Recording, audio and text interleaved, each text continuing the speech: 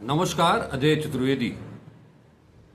इस देश के इतिहास में शायद ये पहला मौका है जब किसी विधानसभा चुनाव में रथ यात्रा निकल रही हो। जी हाँ, और ये काम किया है राहुल गांधी और प्रियंका गांधी ने मिल करके। सत्ता पक्ष यानी कि भारतीय जनता पार्टी वो अपने मुद्दों को क्या है चुनाव में वो ले आने की बजाय वो खोजती रहती है। उसका हमला इसलिए होता रहता है इस मुद्दे पर कि चुनाव चल रहा है हरियाणा में, अभी तक राहुल गांधी नहीं दिखाई दे रहे हैं, प्रियंका गांधी नहीं दिखाई दे रही हैं। आज दोनों एक साथ उन्होंने बाकायदे संकल्प यात्रा, विजय संकल्प यात्रा आज से शुरू की, जो कि 3 तारीख तक वहां चलेगी। और पहले ही संबोधन में, पहली ही सभा में हरियाणा के राहुल गांधी ने अब खटाखट फटाफट नहीं, सुनामी और तूफान शब्दों का प्रयोग किया। और इसके साथ ही प्रधानमंत्री नरेंद्र मोदी और देश के प्रमुख उद्योगपति गौतम अडानी के ऊपर हमला किया। राहुल गांधी ने कहा कि जिस तरह से अडानी, उनका काम कुछ समझ में नहीं आता, वो क्या करते हैं और किस लिए, किस तरह से वो देश के सबसे बड़े पूंजीपति हैं, सबसे बड़ा उनका बैंक अकाउंट है। दरअसल कहीं न कहीं से वो इसके पीछे उन्होंने नरेंद्र मोदी को जोड़ा। कहा कि सरकार मोदी जी की जिस तरह से गौतम अडानी के खातों में सुनामी की तरह पैसे भेज रही है, उसी तरह से आम आदमी की जेब से तूफान की तरह पैसा निकाला जा रहा है। ये एक नया प्रयोग था राहुल गांधी का। राहुल गांधी अपने अंदाज में अपनी बातों को रखने के लिए मशहूर होते चले जा रहे हैं। कोई ये भी नहीं कह सकता कि वो उनका भाषण स्टीरियोटाइप होता है। वो हर जगह, हर भाषण उनका एक अलग कलेवर लिए हुए होता है, लेकिन हमला सीधे सीधे प्रधानमंत्री नरेंद्र मोदी और देश के शीर्षस्थ पूंजीपति गौतम अडानी के ऊपर। वो अब की बार जो अमेरिका यात्रा पर गए और वहां जो कुछ भी उन्होंने प्रवासी, हरियाणा के प्रवासियों से, युवाओं से मिलकर के जो कुछ भी जाना समझा, और उसके बाद आकर के उनके घर, उनके गांव जाकर के जो कुछ भी उन्होंने देखा और जाना और जो महसूस किया, जो पीड़ा महसूस की, जो दर्द महसूस किया, उसका उल्लेख करने से वो तनिक भी गुरेज नहीं कर रहे हैं। हर सभा में हरियाणा में वो उसका उल्लेख करते चले आ रहे हैं। वो मादक द्रव्यों की जो एक तरह से स्मगलिंग हो रही है और हरियाणा के युवाओं को जिस तरह से नशे का आदी बनाया जा रहा है, इसके पीछे भी वो शीर्षस्थ पूंजीपति को ही जोड़ते हैं। उनका सीधा हमला होता है। वो उस पुरानी घटना को याद करते हैं, याद दिलाते हैं कि जब बंदरगाह पर बड़ी मात्रा में ड्रग्स मिले थे, तो वो न सुर्खियों में आई बात और न ही उसकी कोई जांच पड़ताल हुई और न ही कोई गिरफ्तार हुआ। लेकिन इन हमलों के साथ ही वो सीधे सीधे अपनी बात रखते हैं कि कांग्रेस का एक ही विजन है, इस देश का युवा हो, इस देश की महिला हो, इस देश का कामगार हो, इस देश का नौजवान हो, सबका, इस देश का किसान हो, मजदूर हो, सबका भला है, सबका भला करना है। और हाँ, आज के भाषण में उन्होंने एक चीज जोड़ी। अभी तक जो वो सबका सम्मान करने की बात करते थे, उन्होंने कहा कि सम्मान अपनी जगह ठीक है, लेकिन सम्मान तभी होगा, सम्मान के साथ साथ हर आदमी की जेब में जब पैसा होगा तभी वो वाजिब सम्मान भी होगा। नहीं, एक एक तार जोड़ करके, अभी मैंने आपको जैसे बताया कि उनके भाषण का ताना बाना जो बुना जाता है, जो शब्दों का ताना बाना जो दिखाई दे रहा है, जो जुड़ता हुआ, वो हर भाषण में अलग होता है। देश के गरीब दबे कुचले लोगों की नब्ज को उन्होंने बड़ी अच्छी तरह से पकड़ लिया है।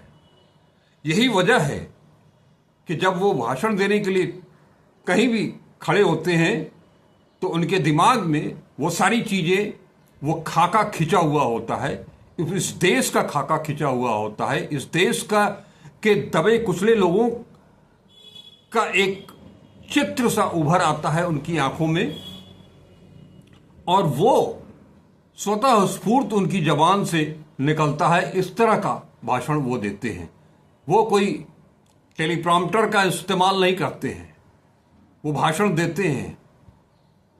लेकिन वो जरूरी चीजें जो हैं, आज जो हिंदुस्तान की हालत है, जिस विकास की बात चल रही है, सरकार करती है, उसका भी जवाब देते हैं कि विकास, किसान की जमीन लेकर के विकास, और वो जमीन लेकर के पूंजीपतियों के नाम दे दीजिए, उनका विकास कीजिए। विकास किसका हो रहा है? आम आदमी का विकास हो रहा है या उन गिने चुने पूंजीपतियों का विकास हो रहा है? किसानों, वो किसान जो कि साल भर तक संघर्ष करते रहे, 700 से ज्यादा किसानों की जान चली गई, वो शहीद हो गए। उन आंदोलनरत किसानों के ऊपर बीजेपी सरकार, मोदी सरकार के एक मंत्री का बेटा उन्हें रौंद देता है अपनी कार से। वो अग्निवीर की योजना जो इन्होंने लागू की है, उसका भी उल्लेख करते हैं और कहते हैं कि ये भी अग्निवीर यानी कि युवाओं की जेब से पैसा निकालना है। वो महिलाओं की बात करते हैं तो कहते हैं कि आपके यहां जो 1200 रुपये का सिलेंडर आ रहा है, हमारी सरकार बनती है तो हम 500 रुपये में आपको सिलेंडर मुहैया कराएंगे, 700 रुपये की आपकी बचत होगी। हम अग्निवीर योजना को खत्म करेंगे, सेना में हर जवान एक समान होगा, उसको सबको शहीद का दर्जा मिलेगा, सबको पेंशन मिलेगी, वो सारी सुविधाएं मिलेंगी जो बाकी सेना के जवान को, सेना के अधिकारियों को मिलती है। उनकी नौकरी भी 4 साल की नहीं होगी। बाकी जवान, बाकी अधिकारी जिस तरह से 14 साल 15 साल नौकरी करते हैं, वैसे ये जवान भी, नया युवा भी जो जाएगा, वो भी उसी ढंग से नौकरी करेगा। वो किसानों की एमएसपी की गारंटी, लीगल गारंटी की बात करते हैं, किसानों की कर्ज माफी की बात करते हैं, और बार बार ये कहते हैं कि देश के आवाम को, देश की उस जनता को जिसे मौजूदा सरकार ने भूखा नंगा बना दिया है, उसके जेब में हम वैसे ही पैसा डालेंगे जैसे मोदी सरकार अडानी, अंबानी और अन्य पूंजीपतियों के खाते में डाल रही है। अगर उनके करोड़ों करोड़ों रुपए के कर्जे माफ हो सकते हैं तो किसानों का कर्जा भी माफ हो सकता है, युवाओं का जो शिक्षा लोन है वो भी माफ हो सकता है। और ये सब अलग से कहीं से इसकी व्यवस्था करने की जरूरत नहीं, ये उन्हीं लोगों से निकाल करके और दूसरे लोगों की जेब भरी जाएगी, गरीबों की, पीड़ितों की, हाशिए पर जिन्हें भेज दिया गया है, फेंक दिया गया है, उन पर उनकी जेब भरी जाएगी। आज का उनका भाषण हमेशा की तरह बहुत तीखा रहा, बहुत पैना रहा और आक्रमण सीधे नरेंद्र मोदी और गौतम अडानी के ऊपर था।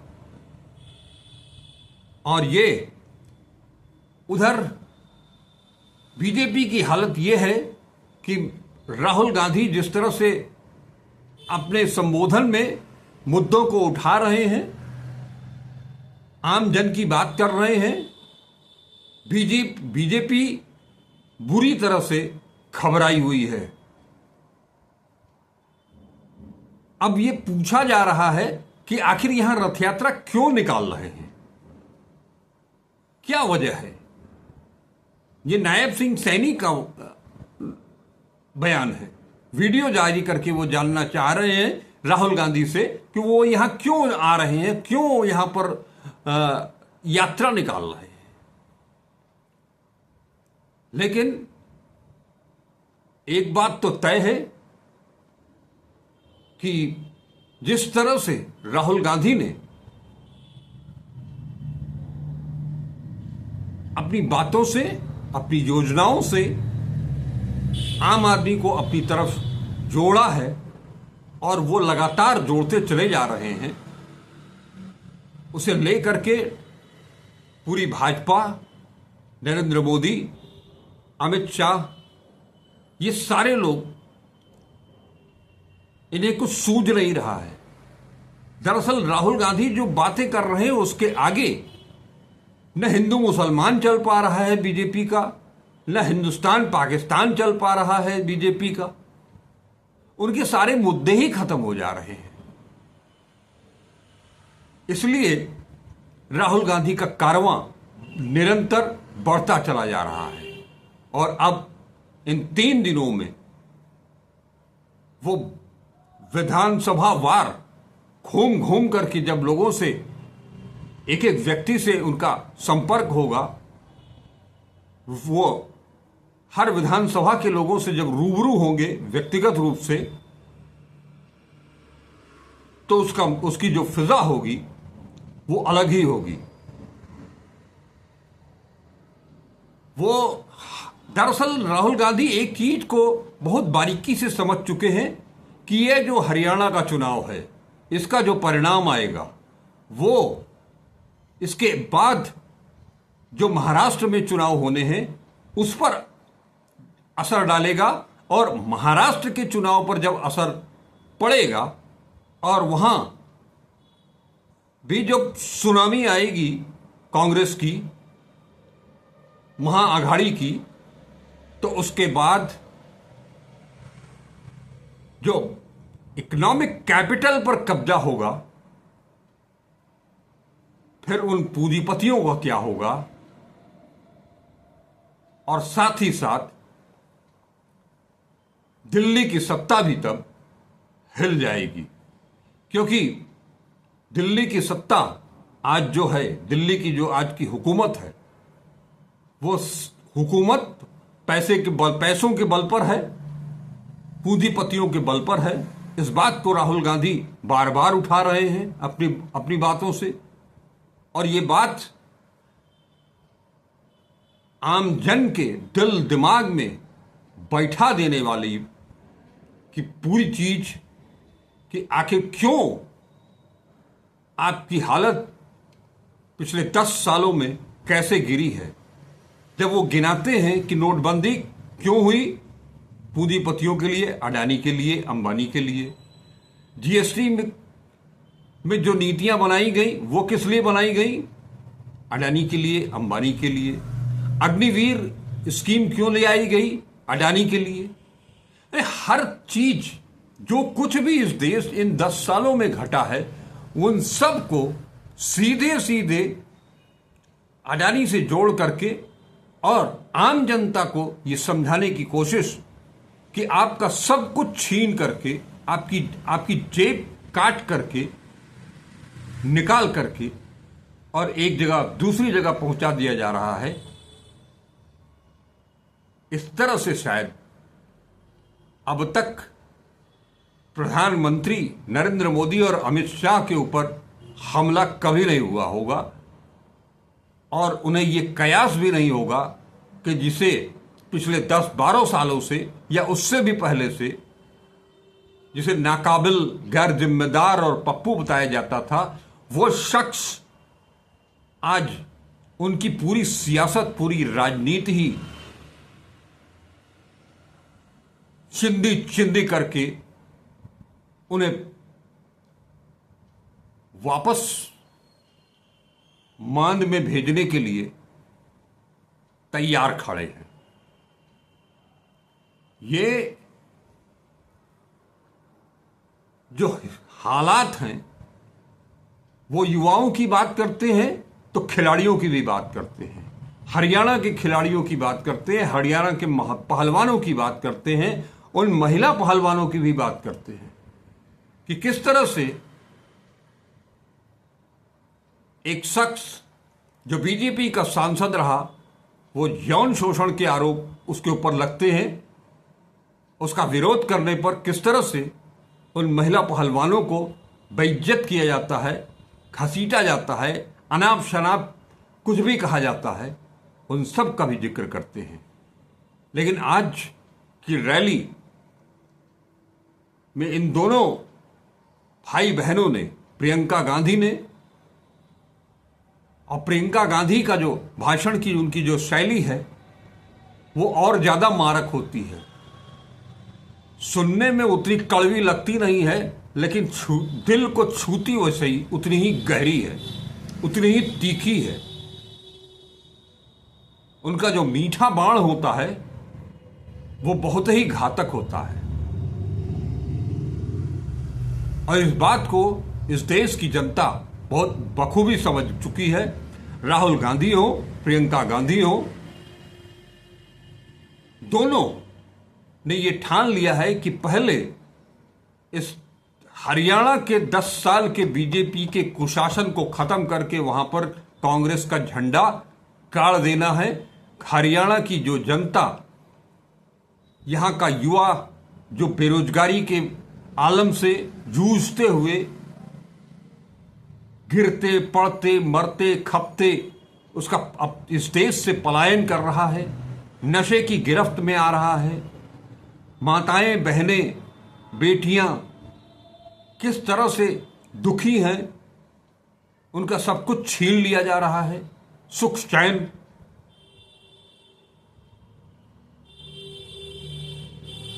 एक एक चीज, और वहीं जैसे लगता ही नहीं है कि इन चीजों से, जिन बातों का जिक्र राहुल गांधी और प्रियंका गांधी कर रहे हैं, उन चीजों से, उन बातों से सत्ता का, दिल्ली की हुकूमत का, प्रधानमंत्री नरेंद्र मोदी और गृह मंत्री अमित शाह का कोई सरोकार भी हो, ऐसा कहीं नहीं लगता। उनके भाषणों में जनता की बात, आम आदमी की बात कहीं आती दिखती ही नहीं है, सुनाई ही नहीं देती है। और अब स्थिति यह है कि बीजेपी के गढ़ में जाकर के बीजेपी के वोट बैंक में जो सेंधमारी हो रही है वो जबरदस्त है। अपने बागियों को, अपने पार्टी के अंदर छुपे स्लीपिंग सेल्स को, उसको भी वो समझ चुके हैं, उसे भी दबाने का, उसे भी हाशिए पर ले आने का काम उन्होंने शुरू कर दिया है। 13 लोगों को, 15 लोगों को पार्टी से बाहर किया जा चुका है। बगावत की आवाज को भी बंद करने का सलीका, तरीका राहुल गांधी ने बखूबी अपना लिया है। सीधी सी बात है कि आम जनता की बात करोगे, हमारे साथ रहोगे, डरोगे नहीं, लड़ोगे तो आप हमारे साथ हो, हम आपके साथ हैं। दोहरी चीज, दोहरी बात नहीं चलेगी, सीधा सीधा एक लाइन पकड़ करके चलना है। इस बात को अब कांग्रेस के लोग भी धीरे धीरे समझने लगे हैं और ये समझना ही पड़ेगा उन्हें। लेकिन अब देखना होगा कि इन 3 दिनों की रथ यात्रा में क्या कुछ होता है। खुली जीप में राहुल और प्रियंका, महासचिव और पूरी पार्टी एक साथ, राहुल, प्रियंका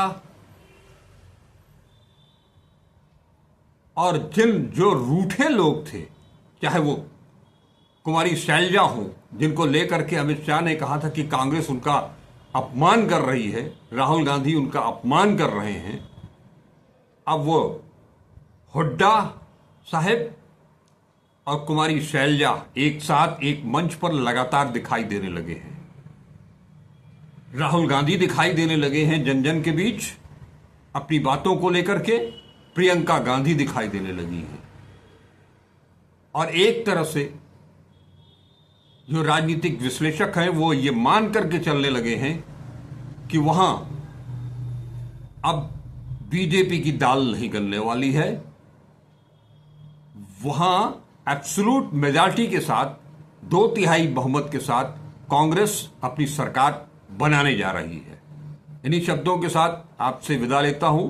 नमस्कार, अजय चतुर्वेदी।